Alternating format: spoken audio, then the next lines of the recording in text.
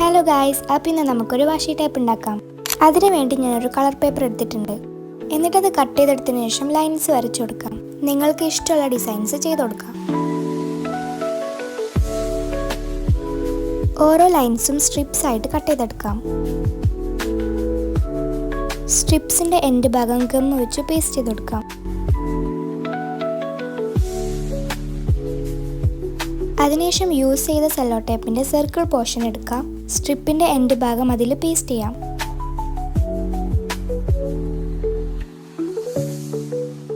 എന്നിട്ട് full സ്ട്രിപ്സും round ചെയ്ത് കൊടുക്കാം.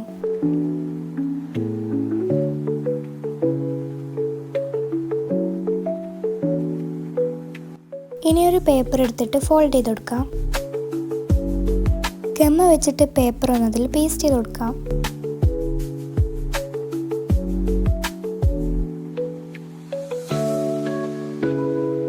ഇനി നിങ്ങൾക്ക് ഈ ഒരു വാഷി ടാപ്പ് ഗം വെച്ചിട്ട് യൂസ് ചെയ്യാം.